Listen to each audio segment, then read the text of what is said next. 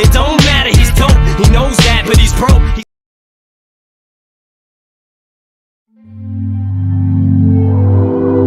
Himalaya.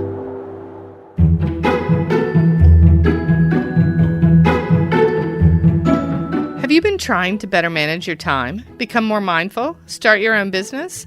As regular listeners of this show know, Himalaya is a new audio-first learning platform with over 150 courses on personal and professional development, taught by instructors like Malcolm Gladwell, divorce court judge Lynn Toller, mindfulness expert Sharon Salzberg, and many other thought leaders. What Himalaya is doing is different than a typical podcast, as these are carefully curated audio courses rather than just more folks talking. Each Himalaya audio course is organised so that each lesson is a digestible 15-minute episode that focuses on the big ideas. Think of it as a pack of snack-sized lessons that'll nourish your brain. It's the best way for busy people like you to fit learning into your life. And Himalaya's curated learning tracks make it easy to find courses you'll love on the topics you'll need to transform your life. Personally, I really enjoyed journalist Eric Weiner's course, The Good Fight, because it teaches how to fight constructively and creatively. His ideas are based on history, philosophy, and psychology, but he also gets practical as he gives advice on how to disagree and communicate effectively with the people we love, and even those we don't really care for, really anyone with whom we might come into conflict. For a limited time, Think Like an Economist listeners can go to Himalaya.com and enter promo code ECON at checkout for a 14-day free trial. That's Himalaya.com. Enter the promo code ECON at checkout for a 14-day free trial.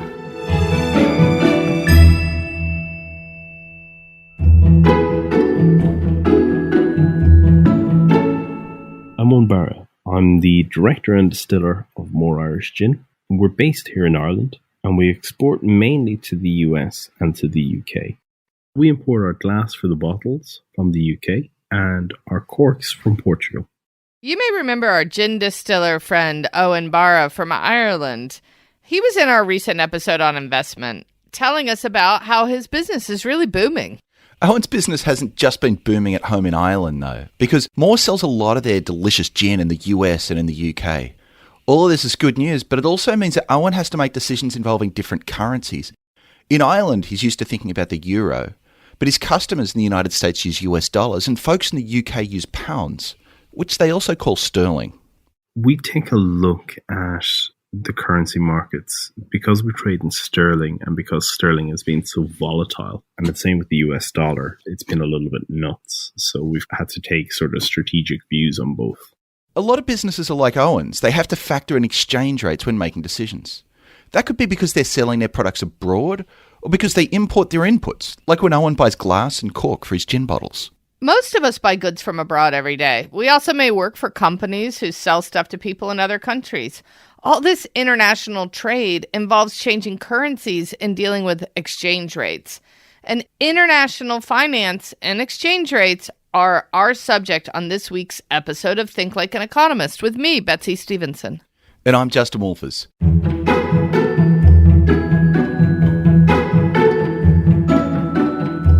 We're teaching you the super tools of economics that'll transform your globalised life. Journalist and former economics student Nastaran Tavakoli-Far is with us. I know it's a cliche, but we are living in an increasingly global and integrated world. So much of the stuff I'm using right now while we're doing this recording is imported from all over the world. My laptop is from China, my microphone is from Denmark, the headphones I'm using are Japanese, and they're all made with materials which were sourced from different countries around the world. Don't forget your co-hosts. I'm an import from Australia. And I'm from the United States. And Naz, you're in the UK, making a podcast for Himalaya, who are in the US and are owned by a company in China. Naz, you're a journalist who works for companies all over the world. Do they always pay you in your currency, pounds? Yeah, I get paid in a lot of different currencies, including US dollars. And I try to be a bit strategic about when I convert my money into pounds sterling, because sometimes fluctuations could make a difference of even a few £100 on my end. Yeah, so that can be really significant. Last season, we were focusing on microeconomics. We looked at this through the lens of international trade and how so many people can benefit from trading with people in other countries. Yes, and this was related to the theory of comparative advantage, which is about doing a task at the lowest opportunity cost. Right. Remember that people should focus on producing what they are good at and buying what they aren't so good at making. And sometimes that means crossing international borders. Yeah, so say if Japanese automakers produce cars at the lowest opportunity cost and American farmers grow corn at the lowest opportunity cost, then on average, people in both countries will be better off if Americans grow corn and exchange it for Japanese-made cars. That's right. But let's remember, in reality, Americans don't directly trade corn for Japanese cars. I mean, that would be kind of silly, right? Instead, Americans sell corn to Japanese buyers and use the money to buy cars from Japanese car companies like Toyota. In all this, there's a lot of money exchanging hands, including both US dollars and Japanese yen. When American farmers sell corn to Japan, they list the price of their corn in US dollars. Like right now, corn currently sells for around $230 per tonne. That means that Japanese corn buyers will need $230 US dollars if they want to buy a tonne of corn. So the demand for corn translates into a demand for US dollars. A similar thing happens when Toyota is selling its Japanese cars to American wholesalers. They demand to be paid in yen, which is Japan's currency. So in each case, there are going to be foreign exchange transactions involved as people have to convert dollars to yen or yen to dollars. And what happens if the exchange rate changes, so the Japanese yen becomes more expensive? It's a great question, and it really matters. Because even if the price of a Toyota doesn't change, so a Prius is fixed at, say, 300,000 yen, then that car has still become more expensive to Americans because it'll cost more US dollars to buy those yen to buy that car. So maybe some Americans will switch to cars made in the US or buy cars from Germany or France or somewhere else. Yes, and so let's be clear what we mean by the Japanese yen becoming more expensive. If the yen becomes more expensive, this means you can buy fewer yen with your dollars. That's right. And it can be hard to keep this stuff straight. So right now, a dollar will buy you 106 yen. If tomorrow a dollar buys you fewer yen, say only 100 yen, then we'd say the yen's gotten more expensive. Or we might say that it takes more dollars to buy any specific number of yen, so it takes more dollars to buy something priced in yen. Naz, I have a confession to make. I have to say that international finance can start to sound really complicated. And, I always imagine like guys sitting around and trading currencies. But it's not really about something esoteric. It's really about how much stuff can I buy and how much are people going to pay me for my stuff. So think about it, if the yen becomes more expensive, then any of the goods you might buy from Japan become more expensive. That means you're going to have to spend more of your hard-earned dollars to buy Japanese stuff. If Japanese stuff becomes more expensive, then you're going to want to buy fewer things from Japan. So that means Americans will import fewer Toyotas and other goods. By the way, when a currency gets stronger, we say it appreciates. And let's remember, we can also talk about the exchange rate in another way. If we say that $1 today buys us 106 yen, we could also say that 1 yen buys us 1/106th of a US dollar. That's right. Let's cut through the numbers here to get to the bottom line. A stronger yen means Americans will buy fewer imports from Japan. Or from the Japanese perspective, it means they'll have fewer exports from Japan to the US. There's actually something that is really important here. Politicians all over the world, I think, get themselves tied up in knots because they like the word strong. So they say, hey, we want a strong currency. But realize it's a two-edged sword. A strong currency means that it's going to be harder to sell your stuff abroad. So it's tough on your exporters. It's good on your importers. You get to buy stuff cheaper. So some win and some lose. Exactly. I feel like people sometimes worry about other countries using exchange rates to manipulate foreign marketplaces. The biggest example of this is probably China, which was accused of manipulating their exchange rate so that their currency would be cheap. And if their currency is cheap, then we can buy a lot of Chinese stuff really, really cheaply. And they're hoping that gives them an edge as they try to sell their things around the world. So basically, Chinese manufacturers can sell more stuff because their stuff is so cheap. American manufacturers hated this. Yeah, it feels like anti-competitive. It's no fair. Their stuff's so cheap. But remember, there's always two sides to a story. Yeah, so that means American consumers are like, woohoo, everything's really cheap, so my paycheck's going further. This was wonderful news for people who need to buy kids' toys, for instance. I always found it kind of funny. Like, we don't usually walk into a store and say, how dare this store put everything on sale? But that's what the US was saying to China. It was saying that because the US is the store around the corner that was losing all that business. Yeah, that's the way to think about it, right? Who complains about a store putting everything on sale? The store next door that doesn't want to put everything on sale. And so the consumers were benefiting, the producers were hurting. And that explains a lot of the politics about complaints about China's exchange rate. Now, I should add, the accusation that China was keeping its currency too cheap, artificially the government was getting involved and pushing its exchange rate down, there was probably a lot of evidence for that a few years ago. It's much less clear whether they're doing it right now.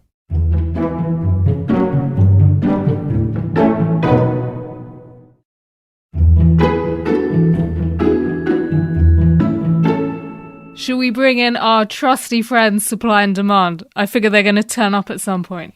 They always do. They're so helpful, and they're so helpful for thinking about exchange rates. Supply and demand are lurking in the background here. So, Naz, if I'm an American farmer selling my corn to someone in Japan, what's happening exactly? Well, you sell your corn for $230 per ton, and so they will need to pay you in dollars. That means your buyer will have to exchange their yen for dollars, which is like saying that they're demanding US dollars on the currency markets. That's right. So the demand for dollars comes from foreigners looking to buy stuff in the United States. Partly this will be stuff we export like corn. It could also come from foreigners looking to buy new companies or other financial assets in the United States. So, Naz, now what if the price of dollars were really high? If the price of the dollar were really high, then it's going to take more yen to buy the $230 for each ton of American corn. Therefore, for someone in Japan, it's as though goods made in the US are suddenly super expensive, so they're going to buy a lot less American goods, which means they're going to demand fewer dollars. That's right. So there's less demand for US dollars when the price of the US dollar is higher. And to understand the supply side, the supply of US dollars, let's think about an American car wholesaler who wants to buy a Toyota Prius from Japan. So they'll need to pay in yen in order to buy that Prius. So they'll supply their US dollars to the foreign exchange market in order to buy those yen. So the supply of US dollars comes from Americans wanting to buy stuff from abroad. It's all supply and demand, Naz. And to return to Betsey's earlier question, what would change if the price of the dollar were really high? Okay, in that case, that means a dollar can buy a lot more yen. So now the price of buying however many yen a Prius costs is a lot fewer dollars.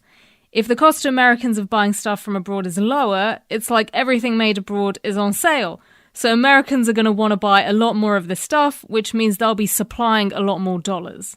Exactly. And so that's why there's more supply of US dollars when the price of the dollar is high. So the point is that the foreign exchange market is much like any other market. The more expensive a currency like the dollar is, the less of it will be demanded, as Japanese buyers find American stuff to be too expensive, and so they'll want to buy less American stuff and hence fewer American dollars.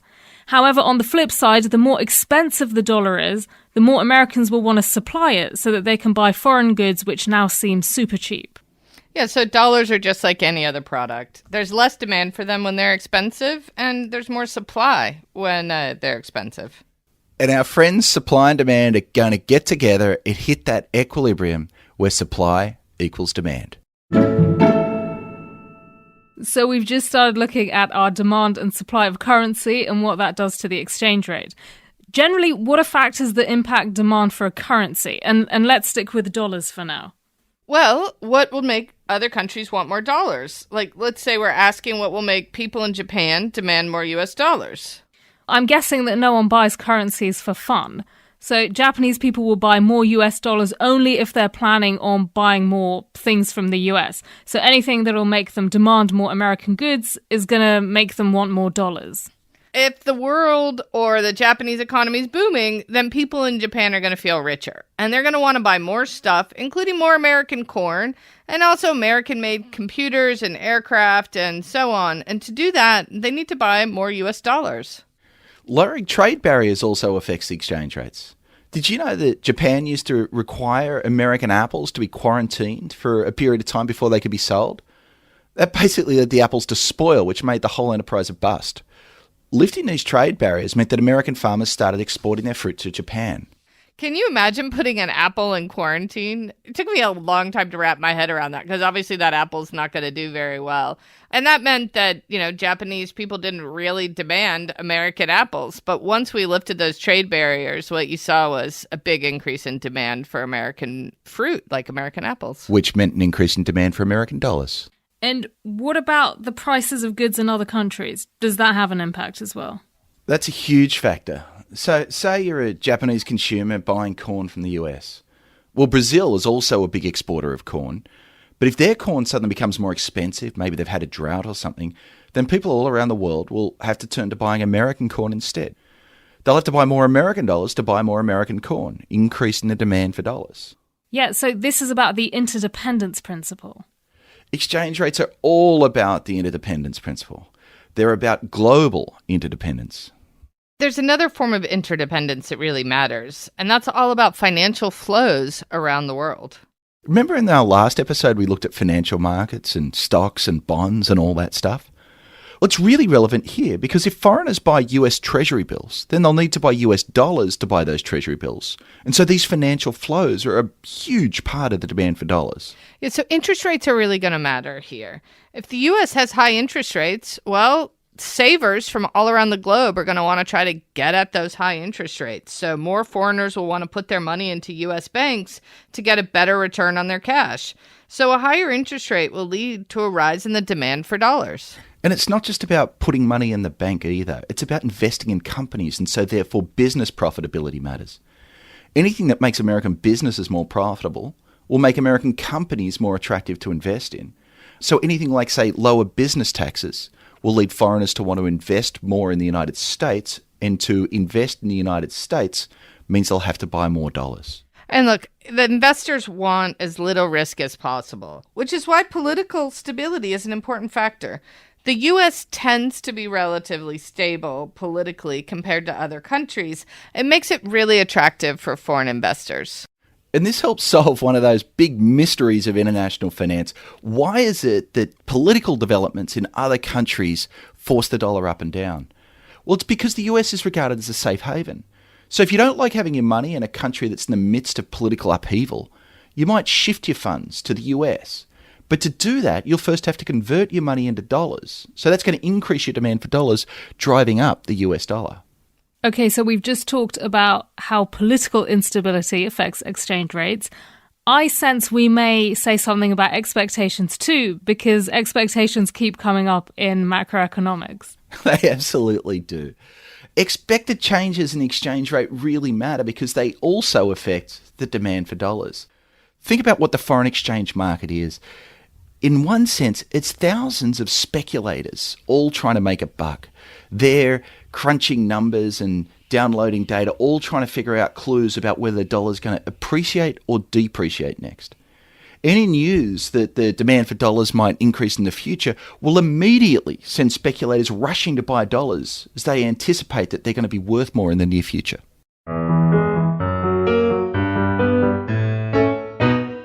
I'm interested in how these exchange rate movements impact someone like Owen, who's based in Ireland, where they use the euro, but he exports his gin to the US and the UK, where they use different currencies.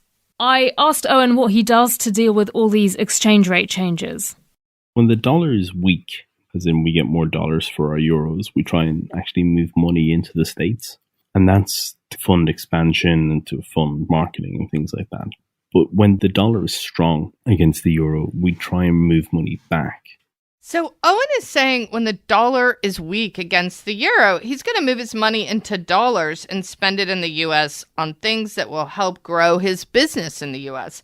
This is because when you can buy a lot of dollars with your euros, it's going to make it cheaper for him to invest in his business in the U.S., which will allow him to promote his more Irish gin to the U.S. market, and he'll be paying for them in U.S. dollars.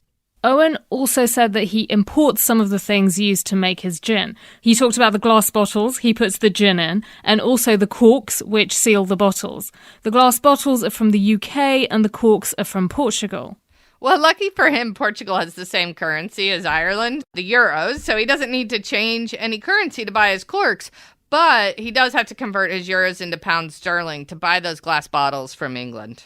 Yeah, but at the same time, Owen sells his gin in the UK. And he told me something interesting they do, so they're not converting money from one currency to another all the time. We use euros much like the rest of Europe, but when we sell in the UK, we sell in pounds. And we use those pounds to buy our glass bottles, and we use them for marketing expenses for as much as possible. So we don't try and convert back to euros. Yeah, I think that's really interesting. It is, because whenever you change currencies, you have to pay some fees for that service, and that costs money, and you want to avoid that. He's pretty smart. He's cutting out the middleman. We're talking about all this money coming and going into different countries with different currencies. So we're going to keep track of all these inflows and outflows through something we call a current account balance. If we stick to the U.S., the current account balance will measure all the income that Americans receive from abroad relative to the income that Americans pay abroad. And so money people pay for American exports, that's got to be a big chunk of the money coming into the US. That's right, but it's not the whole story, because there's also investment income. So if you're an American who's bought shares in a Japanese company like Toyota, for example, and you get dividends from those shares, well, those dividends are another source of foreign income into the US. And in terms of income that Americans pay abroad, we're talking about the money Americans spend on imports. Also, is there investment income that goes to foreigners? There is. Remember that foreigners might buy, say, US Treasury bills or put their money into American banks. Well, any payout they get from those Treasury bills or those interest payments will flow back out of the US to that foreign investor. It's easy to obsess about the money that's going out, but realize there's a real benefit to Americans too. For instance, foreigners might use their funds to build a factory in the U.S. That factory employs Americans who will enjoy their monthly pay. But the profits that factory earns go back to its owner, who's overseas. If that factory wouldn't have been built without foreign funding, then it's a pretty good deal for the U.S. More foreign funds, more factories.